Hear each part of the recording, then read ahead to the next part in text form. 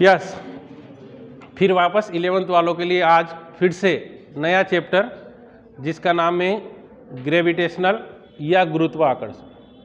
ठीक है, तो गुरुत्वाकर्षण में हमको जो पढ़ना है मुख्य प्रश्न कौन कौन से हैं। पहला प्रश्न मैं बोल रहा हूँ, सबको दिख रहा है पीछे तक? किसी को कोई ऑब्जेक्शन तो नहीं है ना? पहला क्वेश्चन, न्यूटन का गुरुत्वाकर्षण नियम लिखो तथा सिद्ध करो। गुरुत्वाकर्षण, न्यूटन का गुरुत्वाकर्षण नियम लिखो तथा सिद्ध करो।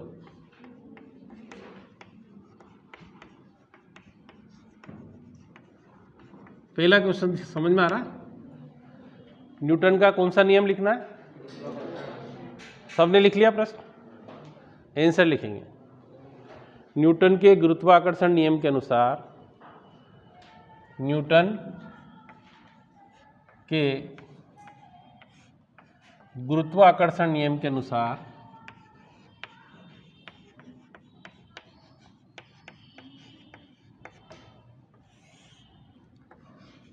के अनुसार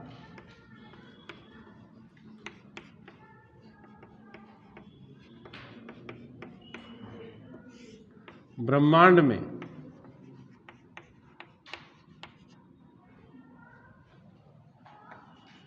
स्थित किन्हीं भी दो पिंडों के बीच लगने वाले आकर्षण, कौन सा बच्चों? आकर्षण बल का मान पिंडों के द्रव्यमानों के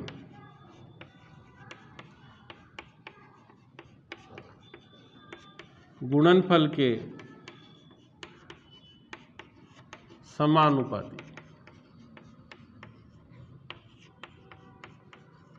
किन्हीं भी दो पिंडों के बीच लगने वाले आकर्षण बल का मान पिंडों के द्रव्यमानों के गुणनफल के समानुपाती तथा उनके बीच की दूरी के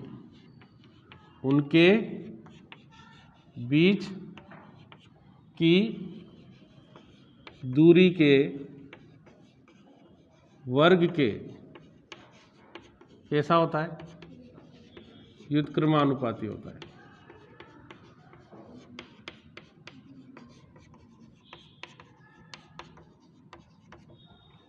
किन्हीं भी दो पिंडों के बीच लगने वाले आकर्षण बल का मान पिंडों के द्रव्यमान के गुणनफल के समानुपाती तथा उनके बीच की दूरी के वर्ग के। लिख लिया सबने? बढ़िया। अब इधर देखना आप, जैसे ये दो पिंड है, ये ए है और ये कौन सा है बच्चों? इसका द्रव्यमान कितना? m1 और इसका द्रव्यमान, इन दोनों के बीच की दूरी कितनी है? d है। तो नीचे ऐसा लिखें, माना m1 और m2, m1 तथा m2 द्रव्यमान के दो पिंड हैं। द्रव्यमान के दो पिंड हैं जिनके बीच की दूरी कितनी है? जिनके बीच की दूरी बोलो कितनी है? d है। बीच की दूरी कितनी है? सबको समझ में आ रहा है यहाँ तक? है? अब क्या लिखा अपन ने? गुरुत्वाकर्षण नियम। देखो इधर देखो, किन्हीं भी दो पिंडों के बीच लगने वाले आकर्षण या प्रतिकर्षण बल का मान पिंडों के द्रव्यमानों के गुणनफल के समानुपाती। तो यहाँ बल को अपन लिखते हैं F से। काय से लिखते हैं बच्चों? F समानुपाती कितना? m1 m2, यही है ना? किन्हीं भी दो पिंडों के बीच लगने वाले आकर्षण या प्रतिकर्षण बल का मान पिंडों के द्रव्यमानों के गुणनफल के समानुपाती तथा उनके बीच की दूरी कितनी है, तो उसके बीच की दूरी के वर्ग के व्युत्क्रमानुपाती, तो 1/d², 1 कितना है। अब दोनों को मिला लें, दोनों को मिलाएंगे कितना आ जाएगा, F समानुपाती M1 M2 और F बटा कितना आ जाएगा, d²। भाई अपन ने दोनों को मिलाया तो F तो दोनों में कॉमन है, ठीक है ना। अब देखिए आप लोगों को एक चीज़, बहुत इंपॉर्टेंट चीज़ बताता हूँ मैं। जैसे आप लोगों ने पढ़ा था वृत्त की परिधि किसे कहते हैं,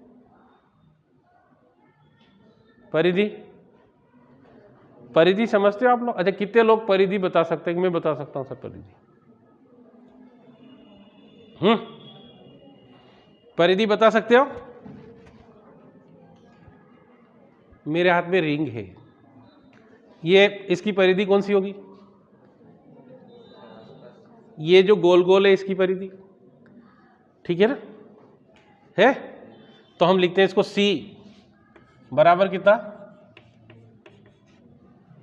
ऐसे लिखते हैं, अरे लिखते हो ना, या C बराबर लिखना नहीं, इसको समझना केवल। फिर C बराबर पाई गुणित व्यास लिख दे, तो पाई बराबर कितना हो गया, C/d कितना हो गया, और पाई का मान निकालते तो कितना आता, कैसे निकला, इसको काट लो ऐसे, या फिर एक वो ले लो अपनी धागा, अरे धागा समझते हो, उसको यहां से पकड़ के इसे गोल गोल घुमा लो, इसके साथ साथ घूम जाएगा और उसको फिर स्केल पे नाप लो, तो उसका मान आएगा क्या आएगा, और फिर यहां से एक धागा लो और उसको यहां बीच में बिल्कुल सेंटर में ले लो, यहां लोगे तो कितना आएगा, ये इसके लिए हो गया। फिर आगे इस गिलास ले लो, क्या ले लो, ग्लास, जानते हो ना ग्लास जिससे पानी पीते हैं अपन, कि ऐसा तो नहीं कि सर ये क्या होता है ना, थाली देखी, उसको ले लो। तो सबके लिए पाई का मान कितना आया, सबके लिए पाई का मान, तो पाई क्या है, पाई क्या है, अरे मैं जो पूछना चाह रहा हूं बोलो ना, नियतांक क्या है, कांस्टेंट है पाई। पाई किसी भी संख्या के लिए, चाहे अपन ग्लास लिया, ये लिया, छोटी से छोटी चीज ली, तो किसका अनुपात है, परिधि और व्यास का अनुपात है, किसका है, परिधि और व्यास का। तो पाई को हम नियतांक कहते हैं, क्या कहते हैं, तो जैसे ही समानुपाती, अर्थात हम कहते हैं कि किसी भी वृत्त की परिधि उसके व्यास के समानुपाती, क्या बोलते हैं। अब जैसे ही समानुपाती का चिन्ह हटाते तो C बराबर पाई d, मतलब आप कुछ भी मत कीजिए, d का गुणा कर दीजिए उसमें, तो उसकी परिधि निकल आ जाएगी, ठीक है ना। ऐसा गणित में आप लोगों ने 10th क्लास में बहुत अच्छे से पढ़ा होगा, ये मुझे कॉन्फिडेंस भी है और विश्वास भी है। आप सब लोगों के गणित में 100 में से 100 नंबर, 90 नंबर ऐसे आए थे, तो आपने ऐसा पढ़ा होगा, ठीक है ना। अब मैं जो पढ़ाने जा रहा हूं उसको इधर देखेंगे। हम लोगों ने देखा F बराबर, मैंने कहा समानुपाती का चिन्ह हटाना, तो क्या आएगा, अरे नहीं, वो तो वहां उसके लिए आया था, यहां दूसरा आएगा G, कितना आएगा, और कितना आ गया, M1 M2 बटा d²। जहां G एक नियतांक है, जहां G एक नियतांक है, जिसे क्या कहते हैं, अरे बोलो, जिसे सार्वत्रिक गुरुत्वाकर्षण नियतांक कहते हैं।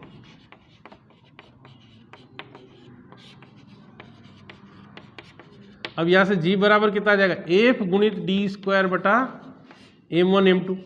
अरे बोलो, आया, अरे समझ में आया। अब क्या करें, यदि M1 बराबर 1 किलोग्राम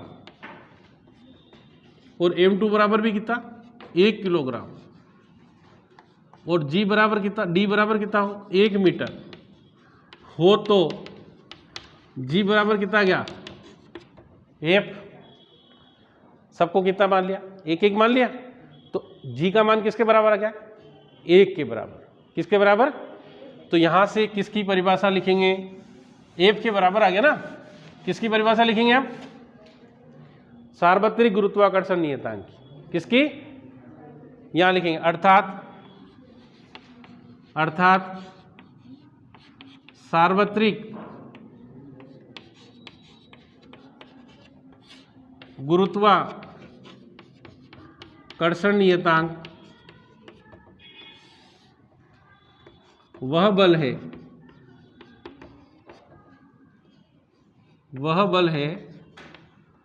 नियतांक उस बल के बराबर होता है, उस बल के बराबर होता है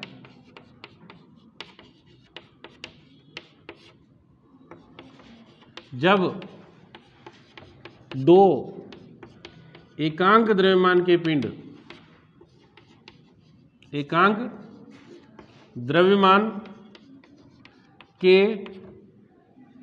पिंड एक दूसरे से कितने मीटर की, 1 मीटर की दूरी पर स्थित हो, 1 मीटर की दूरी पर स्थित हो।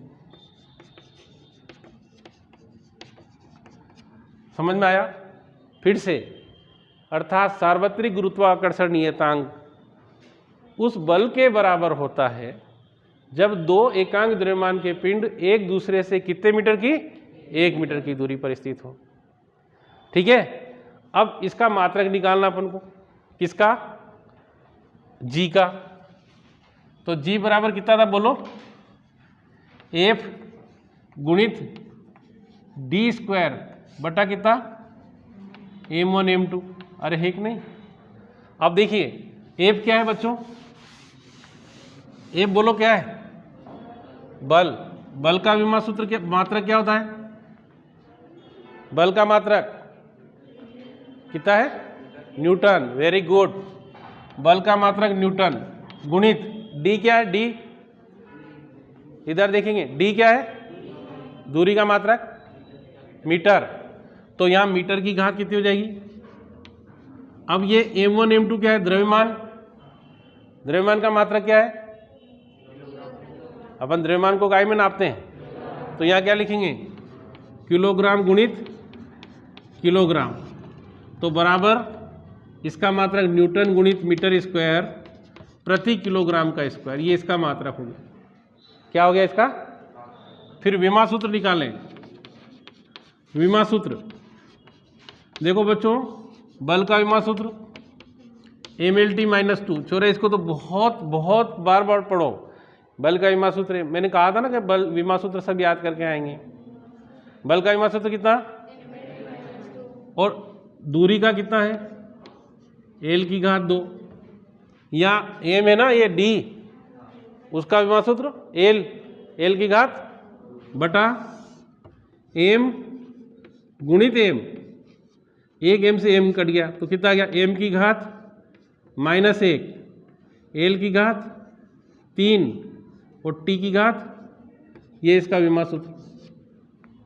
इसका मान कितना होता है, कैपिटल G का मान, यहां तक आ गया, अरे कर लिया यहां तक सबने, आगे इसका मान लिखो, इसका मान कितना होता है, देखो मान G का मान होता है 6.67, कितना लिखा, गुणित 10 की घात -11 न्यूटन गुणित मीटर स्क्वायर प्रति किलोग्राम का स्क्वायर। ये पूरा प्रश्न हो गया है। इसमें कौन कौन से प्रश्न पूछे जाने योग्य है, फिर से, हाँ बोलो, कुछ पूछना है किसी को, चलो फिर से प्रश्न कौन कौन से पूछे जाएंगे, ऑब्जेक्टिव में बता रहा हूं, जी का मान, जी का मात्रक, जी का विमा सूत्र, ठीक है, और न्यूटन का गुरुत्वाकर्षण का नियम, अगर पूरा पूछ ले तो अपन को लिखना ही है, पर ऑब्जेक्टिव में 3 महत्वपूर्ण प्रश्न हैं, जी का मान, जी का मात्रक और जी कौन सी राशि कैपिटल जी? अदिश राशि। नीचे लिख लेंगे कैपिटल जी एक अदिश राशि है। सबको यहां तक हो गया? अगला प्रश्न, अगला देखिए, नेक्स्ट जो मैं मिटा दूं इसको अब, तो अगला देखना। अगला जो है वो प्रश्न देखना, सुनना आप। गुरुत्वीय त्वरण किसे कहते हैं? क्या बोला मैं?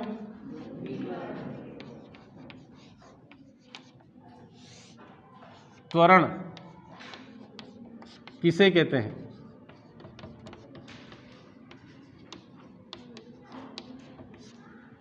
अब देखो इधर, जैसे मैंने यहां से पत्थर गिराया ऐसे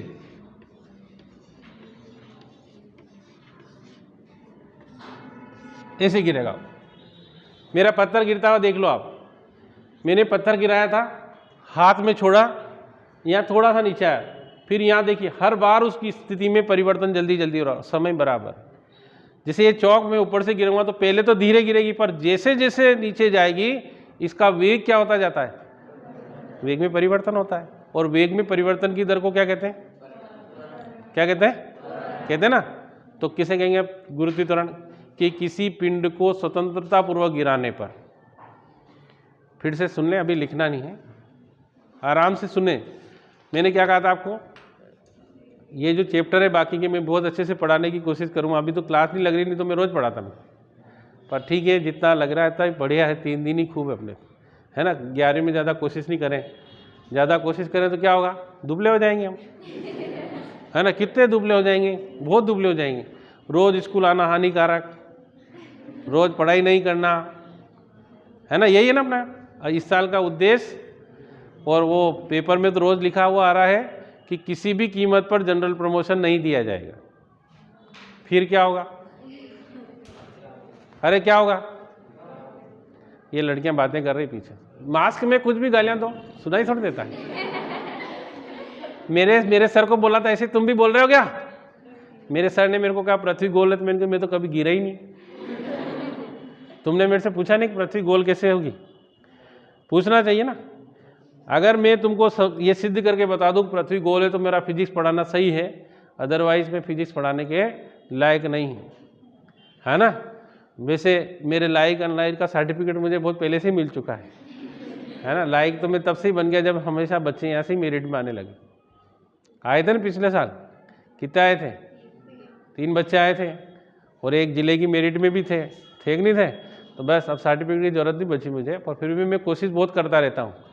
इस बार भी मैंने खूब कोशिश की है, अभी 12वीं वालों को कैसे करके पढ़ाना, बस मेरा उद्देश्य यही रहता है कैसे करके क्लास लेना। बच्चे को ये कह देता हूँ मैंने स्कूल में ज़रूर पढ़ाऊँगा मैं, चाहे कुछ भी, चाहे प्राण भी निकल जाएंगे तो तेरे को क्लास में जाके ज़रूर पढ़ा दूँगा। क्लास नहीं छोड़ता हूँ, डेली लेता हूँ। चलो ठीक है, वो तो अगले बार। तो क्या बात कर रहे थे अपन? पत्थर को गिराया अपन ने, प्रति सेकंड उसके वेग में क्या हो रही? वृद्धि हो रही। और वेग परिवर्तन की दर को क्या कहते हैं?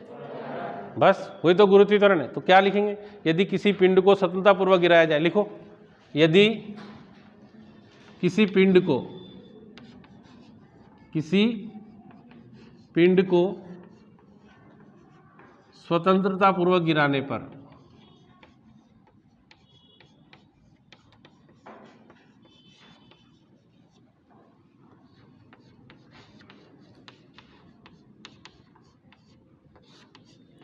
उसके वेग में प्रति सेकंड जो वृद्धि होती है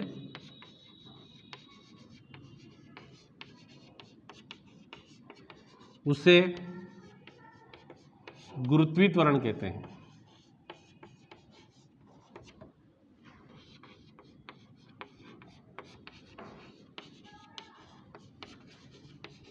इसे स्मॉल g द्वारा दर्शाया जाता है।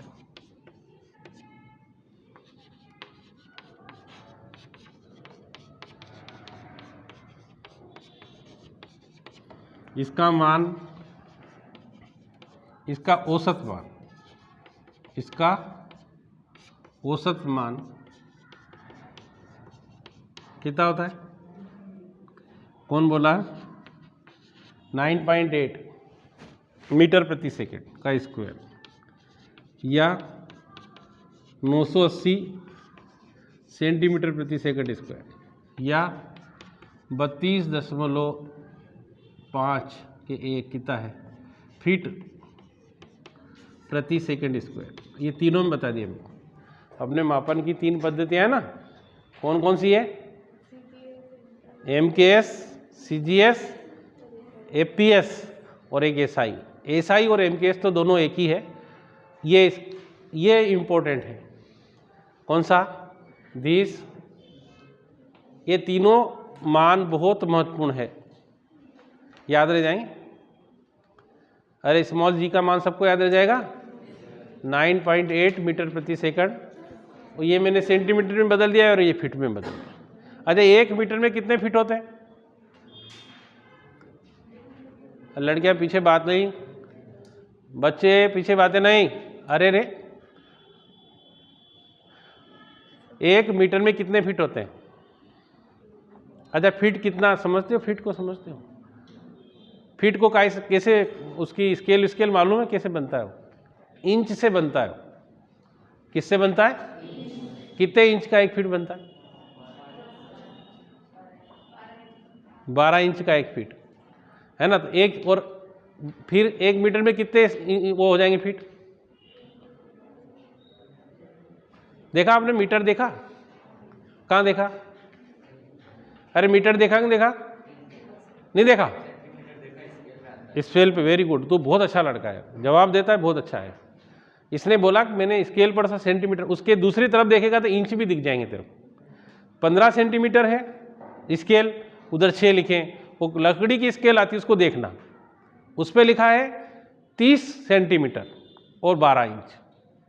कितना लिखा है? देखना उसको आप, है ना। हम कहीं भी जाए फिजिक्स नजर आ जाएगी।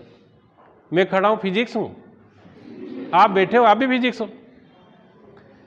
मोबाइल चल रहा है, फिजिक्स है। आपका पंखा है, फिजिक्स है। आपके पास पेन है ना, वो भी फिजिक्स है। हम भौतिक बहुत अच्छा सब्जेक्ट है, पढ़ने वाला चाहिए, है ना। और हम क्या करते हैं? हम तो 11वीं पास होने के लिए पढ़ते हैं। किसके लिए? मैं 11वीं पास हो जाऊं बस। ऐसा नहीं पढ़ना। पास अगर मान लो तुम्हारा 100% बन गए तो क्या काम के हो? तुमको नॉलेज होना चाहिए ना। नॉलेज बहुत जरूरी है। तो नॉलेज कहाँ से मिलेगा? हम अपने आसपास से जुटाने की कोशिश करें। और जिस लड़के ने अपनी सोच को ऐसे बना लिया, जिस भी छात्र छात्रा ने ऐसा बना लिया कि मुझे बहुत अच्छा बनना है, मेरी सोच सबसे अलग होना चाहिए, भेड़ वाली चाल में थोड़ी होना चाहिए। भेड़ क्या करती मालूम आपको? एक को गिरा तो पानी में सब कूद जाएगी, उनको नहीं मालूम आगे क्या होगा। भेड़ नहीं बनना, हमें सोच अलग रखना। हमें इस साल जो समय मिला है उसका ऐसे उपयोग करें, किताब पढ़ें। और आप जितने भी लोग मोबाइल चलाते हैं, फिजिक्स के टॉपिक को ढूंढें, बहुत अच्छे अच्छे टॉपिक्स हैं। जैसे इस लड़के ने बोला, बहुत बढ़िया लगा, ऐसे बताना चाहिए। चलो, जी का मान हो गया, समझ में आ गया? रियली बढ़िया समझ में आया? अगला संबंध लिखें, अगला प्रश्न लिखें। जी और जी में संबंध लिखो। क्या बोला? कौन कौन से जी?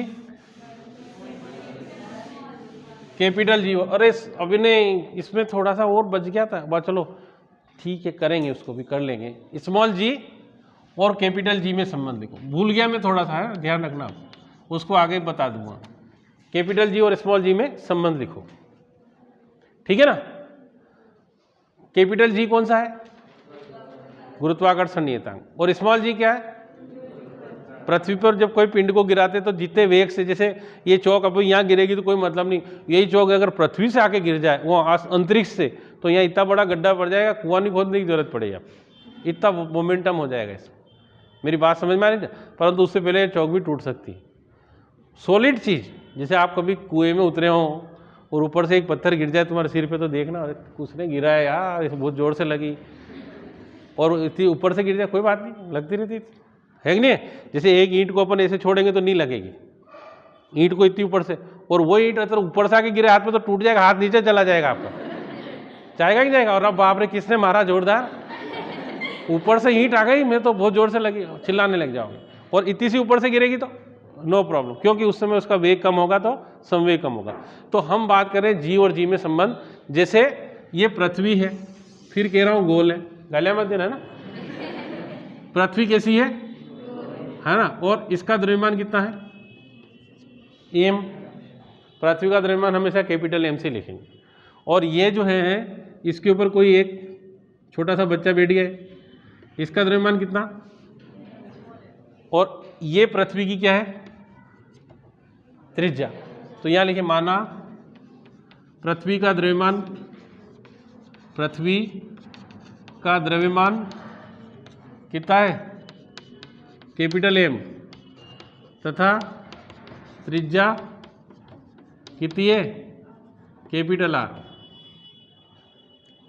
है। इस पर कितने द्रव्यमान का, स्मॉल एम द्रव्यमान का एक पिंड स्थित है।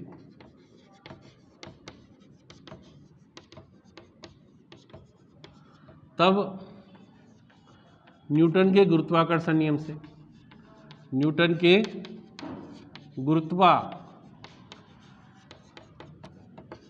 नियम से क्या है, F बराबर जी, वहाँ M1 M2 तो यहाँ capital M small M upon R square आया। अरे दोनों के बीच की दूरी तो आ रही है ना। हाँ, अब यहाँ लिखेंगे न्यूटन की गति के दूसरे नियम से, न्यूटन की गति के द्वितीय नियम से। क्या है द्वितीय नियम, F बराबर एम ए, वहाँ ए त्वरण था तो यहाँ आ जाएगा एम जी, क्योंकि जब गिराएंगे तो गुरुत्वीय त्वरण हो जाएगा। इसको समीकरण 1 कह दें और इसको 2 कह दें। अब 1 व 2 से किससे, देखो एफ एम जी बराबर कितना, G capital M small M upon, और सॉरी स्मॉल एम से स्मॉल एम कट गया तो जी बराबर कितना गया, जी एम बटा आर स्क्वायर। यही जी और जी में संबंध है। यहां से एक बहुत बड़ी बात समझ में आती, यहां तक कर लिया आप लोग, यहां नीचे क्या लिख देंगे, यही जी और जी में संबंध है, यही जी और जी में संबंध है ना। अब मेरी बात को फिर ढंग से सुनना, थोड़ी सी देर ध्यान से। आप लोगों से एक बात पूछता हूं, मेरे हाथ में क्या है, समान आकृति के दो पिंड, जैसे एक इतना बड़ा है और एक इतना बड़ा है, इसका वजन 100 किलो है और इसका वजन 10 ग्राम है। इसका वजन कितना है और इसका वजन, अपने स्कूल की दूसरी माले पे चढ़ जाए और वहां से गिराए तो कौन पहले गिरेगा, कौन गिरेगा, 10 वाला 100 वाला, सही में, क्यों, यही समझ में नहीं आ रहा बस। अब यहां की ये फिजिक्स बात करना, क्या है, जी एम अपान छोटा पिंड कहाँ है यहां, अरे जिसको गिरा रहे हैं उसका द्रव्यमान है क्या, वैसे 100 किलो है 10 किलो है, दोनों में से किसी एक का आ जाता यहाँ द्रव्यमान तो कहते पहले हो जाता, क्योंकि आकर्षित तो सबको समान से कर रही ना, तो दोनों क्या गिरेंगे, साथ गिरेंगे। अगर ऐसा होता तो मैं पृथ्वी के चिपक जाता, मेरा 100 किलो वजन और ये लड़का तो बिल्कुल आसान से उड़ जाता आकाश में, हो मैं तो इसका 50 किलो वजन है, मैं तो बड़ा प्रेम से घूमता रहता है। तो चाहे कितना भी कोई भी पिंड हो, अगर उनको अलग अलग समान दूरी से, परंतु कंडीशन होना चाहिए आकृति समान होना चाहिए। अगर अपन ऐसे वो एक वो चपटी चीज को डालेंगे तो उस पर वायु का प्रेशर ज़्यादा लगेगा तो बहुत देर बाद आएगी। आकृति एक जैसी होना चाहिए, वायु का घर्षण नगण्य होना चाहिए, चाहे कितने भी बड़े पिंड हो, एक साथ गिराएंगे तो दोनों पृथ्वी पर एक साथ पहुंचेंगे। क्यों पहुंचेंगे, इसका कारण है दोनों को पृथ्वी समान रूप से आकर्षित करती है। पृथ्वी दोनों को क्या करती है, समान रूप से आकर्षित करती है। कोई ज़्यादा बड़ा है तो उसको ज़्यादा आकर्षित नहीं करती और छोटा है तो कम आकर्षित नहीं करती। कल फिर इसके आगे मैंने आपको क्वेश्चन नहीं लिखा है तो मैं क्वेश्चन लिखा दूंगा कल, फिर कल आगे करेंगे, है ना। आप पहले लड़कियां बैठ जाओ, लड़कों निकलो एक एक, बता दूंगा मैं।